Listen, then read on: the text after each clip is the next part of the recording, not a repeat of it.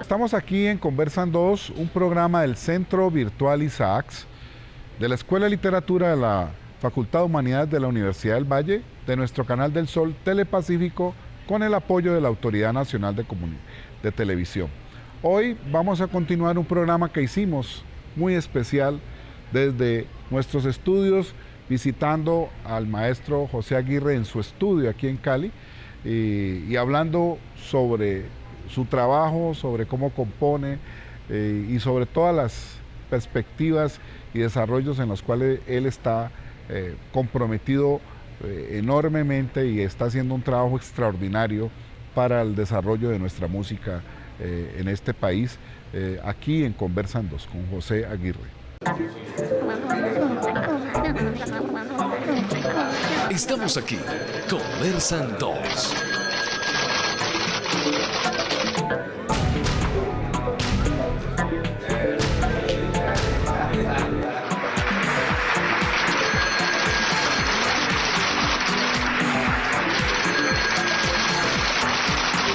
Conversan 2.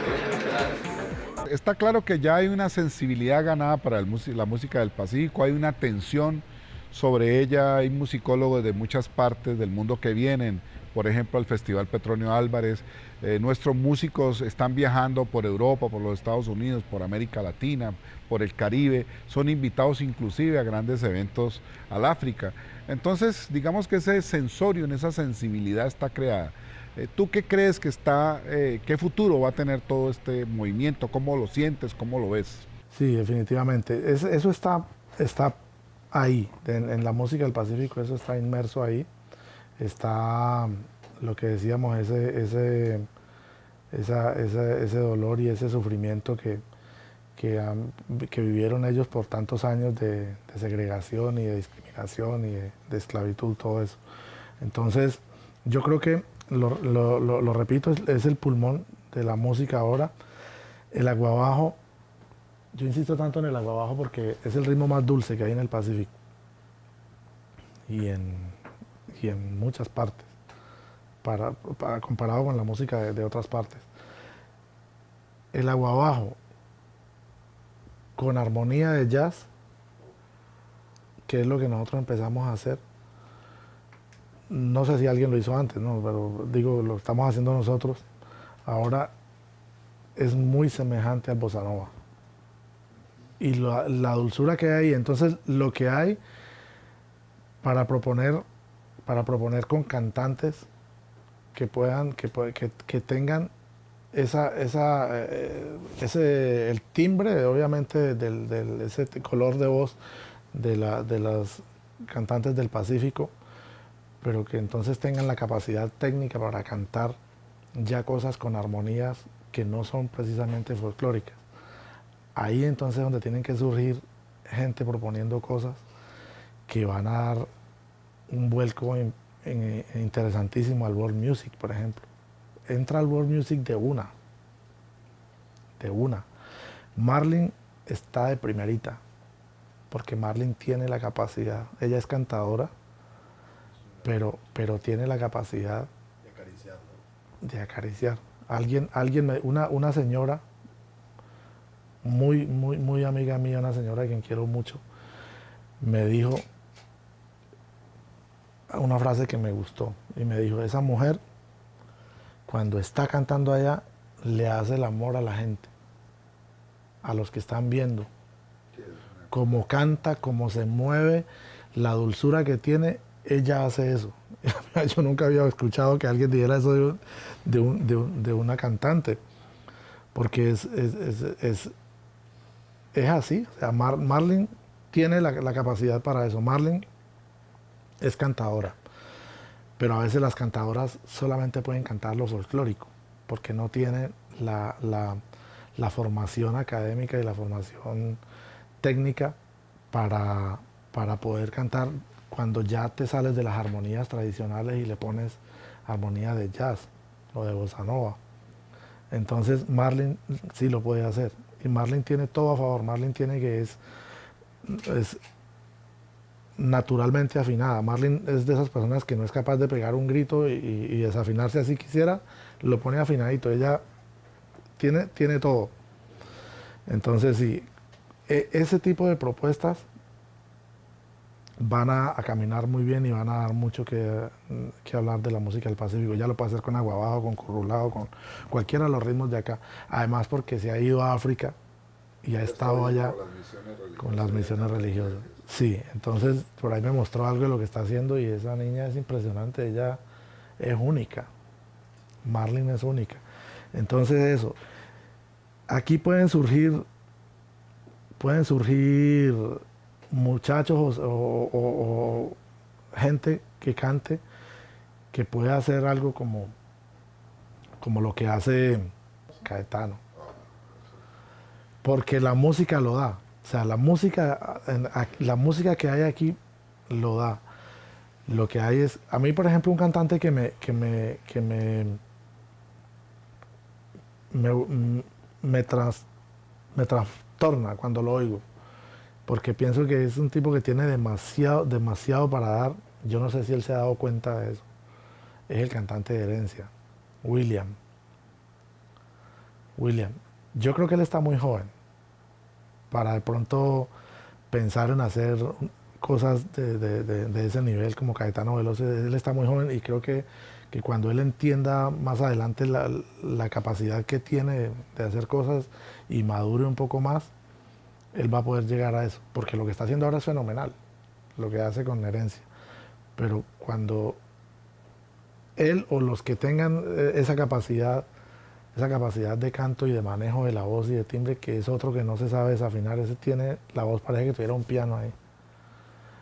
Esos cantantes van a dar cosas impresionantes. Y a mí, con la ida a ver el concierto de Corea y con todo esto que sucedió en estos días, yo estoy pero muerto de ganas de empezar a hacer proyectos de propuestas de ese tipo para el world music y para el jazz, desde la música del Pacífico.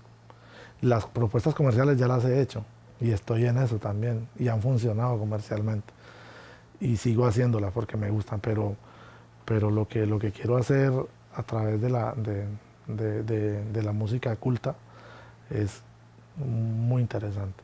Bueno, José, tú eres un hombre que está explorando muchas cosas, estás en una etapa de crecimiento, de madurez. Eres a un hombre muy joven, tú apenas tienes 43 años, creo, si no menos. Y creo que has venido explorando posibilidades de trabajo con la danza, por ejemplo, y con el teatro. Háblanos un poquitico de esas exploraciones que tú haces en este campo, en estos campos. Sí, lo de Incol Ballet es muy interesante porque ella ya ha hecho cosas con la música cubana, pues, y con la salsa y todo eso. Y con la música del Pacífico es el momento de empezar a crear esas cosas también. Nosotros quedamos de hacerlo hace algún tiempo que hicimos unas cosas, de reunirnos para empezar a trazar este tipo de proyectos y ya debemos empezar a hacerlo, porque en la mente yo tengo un montón de ideas y cosas para hacerlo, viendo lo que ya ella hizo con la música cubana, con el danzón y con el cha-cha-cha y todo eso. Lo otro lo de teatro. Lo de teatro es algo que estamos planeando con César, porque él tiene una obra escrita en la que tiene una orquesta atrás y es él el que va desenvolviendo todo con una actriz, creo. Y sentados esta semana pasada aquí ensayando lo de hallazgo, empezamos a hablar de eso y vamos a echarlo para adelante. Para mí es algo nuevo porque nunca he trabajado en teatro y me gusta la idea, me gusta, y ya le dije a él que me pasara libretos, y entonces eso vamos a empezar a trabajarlo también. Con la Big Band voy a grabar la obra que hice para Jazz al Parque ahorita en Bogotá, que la envié y la tocaron con la Big Band la Jazz Big Band de Bogotá. Es una suite de 10 minutos en la que hago un recorrido por 4 ritmos del Pacífico: aguabajo, currulao, bambazú y levantapolvo, que no es un ritmo que conoce mucho la gente acá porque es un ritmo del norte del Chocó. y que digamos en Buenaventura la gente no le gusta o no le interesa mucho el sur, en el sur del Pacífico, pero que en Quibdó y para allá arriba es un ritmo que es muy sabroso, allá lo bailan muy, muy rico. Entonces lo incluí y todo con elementos del jazz, ¿no? Con la armonía del jazz, la orquestación y todo eso, que son cosas que no se han hecho con la música del Pacífico. Definitivamente eso sí estoy seguro que no se ha hecho porque las propuestas han sido con bases normales de orquesta o con chirimías o con conjuntos, pero a Big Band no se ha hecho y en jazz. Entonces ahí hay una propuesta que viene a ser como las propuestas del Afro-Cuban Jazz que tenía Mario Bauzá, que tenía Machito. Eso desde la música del Pacífico con Big Band. Eso, voy a grabar esa obra porque me gustó muchísimo. Me gustó, me sentí muy bien haciéndola y me sentí muy honrado además que me llamaran porque convocaron 4 compositores del país. Uno fue Francisco Sumaque, que hizo toda la parte caribe. Los otros 2 nombres no los recuerdo, pero son personas muy conocedoras del jazz y del folclore. Uno de ellos hizo algo con arpas y con capachos y todo eso de la música llanera en Big Band, en jazz. Y el otro era algo de música andina.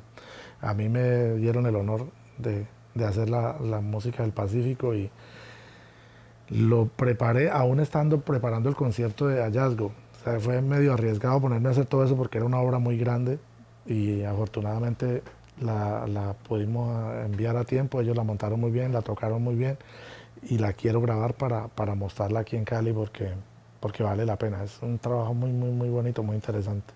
Bueno, José, he visto que te has acercado recientemente en algunas producciones a un gran músico del Pacífico, como es Hugo Candelario González, que tiene ya una trayectoria y que yo veo con muy buenos ojos que ustedes se junten.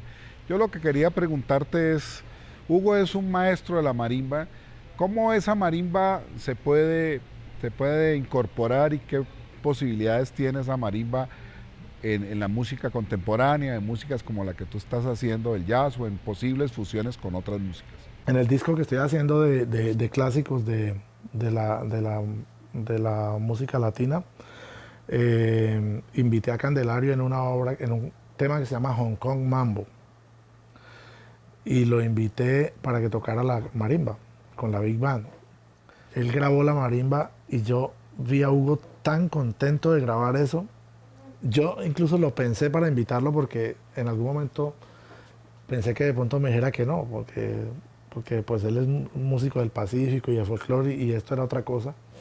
Y entonces dije, nada, pero vamos a invitar al maestro a ver qué dice. Y él le gustó mucho la idea porque él nunca había grabado con una Big Band ni nada. Y entonces escogimos el tema. Yo le dije, mira, el tema es tal, y me dijo, ese me parece chévere, vamos a grabarlo. Le di el tono y tal. Y cuando vino y grabó toda la marimba, porque no hizo un solo, sino que grabó todo el tema. La Big Band es, ¿qué? La marimba es protagonista allí, la Big Band lo acompaña a él. Entonces yo lo vi feliz y entonces me dijo que estaba muy contento de participar en esa grabación y que me agradecía mucho por la invitación. Entonces yo le dije, pues chévere, mira que podemos juntarnos para hacer cosas. Podemos hacer cosas muy interesantes contigo y con estas cosas que yo tengo aquí. Entonces estamos en ese plan. Él está grabando el disco de Bahía aquí en mi estudio. Y ahora que hice esa obra para Jazz al Parque, se la mostré, la maqueta. Y entonces él la escuchó toda ahí sentado y le sorprendió mucho la obra.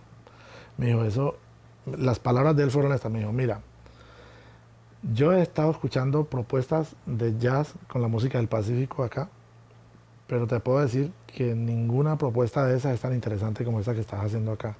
Eso es otra cosa, es otro mundo, porque yo me fui a armonías brasileras y me fui a otras cosas. Entonces, él me dijo que con gusto grababa, si quería, no me grababa solamente la marimba, sino que él va a poner los cununos, y va a ponerle el pombo, y va a poner el guasá, y todo eso, él está feliz con eso.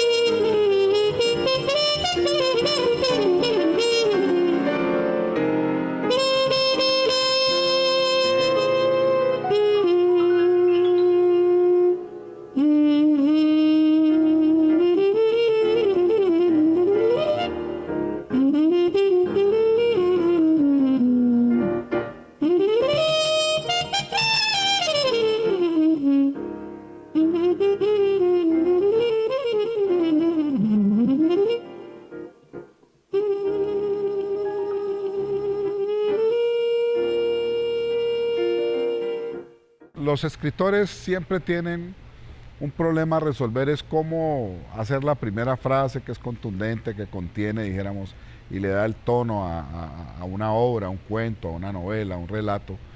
En el caso de la música creo que es lo mismo, es decir, cómo resuelve José esas primeras notas para componer una canción. ¿Qué te la dicta? El corazón, El corazón, ¿no es cierto? claro, el corazón, es sentir, es sentir.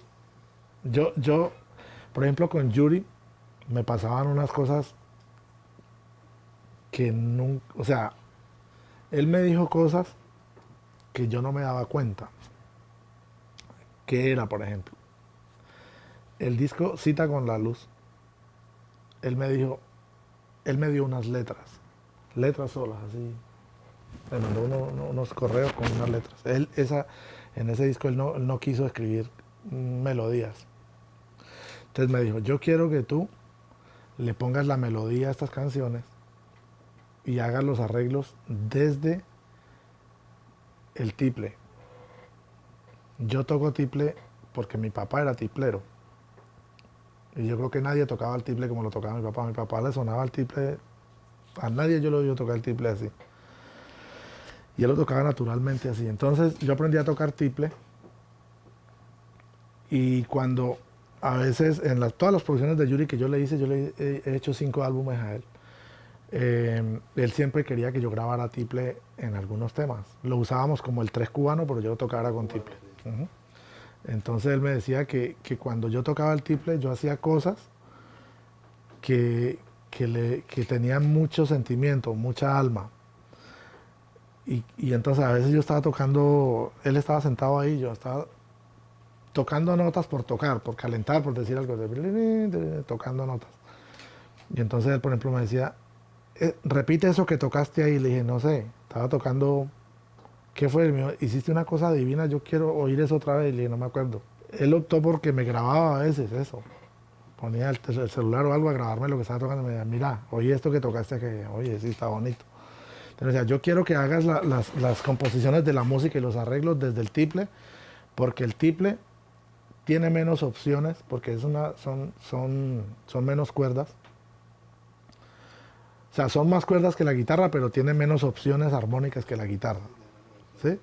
Entonces él decía, si tú le pones la melodía a estas canciones desde el tiple, te van a surgir unas melodías más campesinas que si las haces desde el piano o desde la guitarra.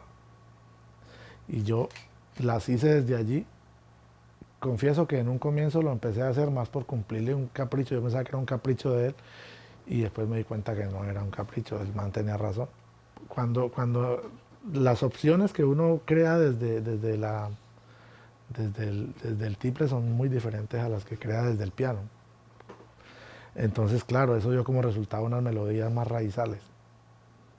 Y empecé a hacer todo desde ahí. Para ese disco Cita con la Luz, que es un disco de los discos más lindos que yo he producido, que me dieron esa felicidad. Además porque fue un disco hecho completamente en La Habana con músicos de Buenavista Social Club, con músicos como Hernán López Nusa, músicos como Changuito. Sí, impresionante. Entonces, esa fue una experiencia muy bonita, llegar a La Habana y además que se grabó en bloque. O sea, trajimos todos los músicos al estudio y yo entregué papeles, ensayaron y se grabó. Entonces, eso fue un disco muy bonito. Hicimos cosas a Big Band en ese álbum. También es un álbum muy rico, un álbum muy, muy interesante. Yo digo que es lo mismo que ocurrió con la música africana, que el legado viene de allá. Entonces los que se quedaron en la costa caribe colombiana dejaron el legado, crearon unos instrumentos que son alegres, el llamador, todos los instrumentos folclóricos de allá, y crearon unos ritmos, y los que se quedaron en el Pacífico formaron con ese mismo legado otros tambores, que son los cununos y el bombo y el guasá y todo eso, y crearon unos ritmos y le dieron otros nombres, pero de cierta manera tienen mucha similitud. Ahora, uno se pone a oír ritmos unos ritmos brasileños. En el Brasil hay unos ritmos que se parecen muchísimo a los ritmos del Pacífico, pero es que el legado es el mismo. Es África, y entonces tomó por alguna situación un ritmo tocado con un tambor afinado más alto, tocado más lento, en otra parte se llama de otra manera, y eso, pero por eso uno oye esa conexión tan fuerte que hay entre la música cubana y la música chocuana, porque uno oye un son chocuano y oye un son cubano y eso es muy parecido. Uno oye la música del brujo y uno dice, eso es muy parecido a la música que hacían los cubanos, Guillermo Portavales y esa gente. Entonces yo creo que eso es un solo legado que hay. En cada parte tomó nombres diferentes y tomó tendencias diferentes porque ya se empezaron a mezclar también. Bueno, hemos hablado desde el estudio de José Aguirre sobre su obra, sobre sus trabajos, sobre la concepción que él tiene y la perspectiva como él mira nuestra música. Creo que nos ha mostrado un proceso muy interesante y que llena de mucho orgullo a esta región tener ese proceso musical que se está dando en nuestra ciudad, en nuestra región, y que va a tener mucha repercusión nacional e internacional. Nos vemos en una próxima oportunidad aquí en Conversan 2.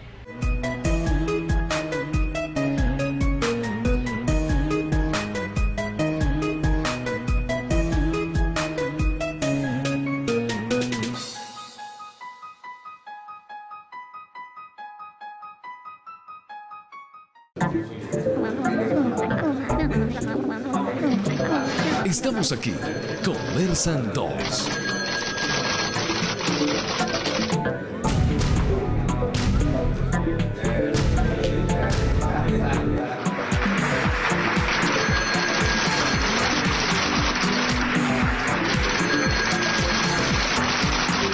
Conversan 2.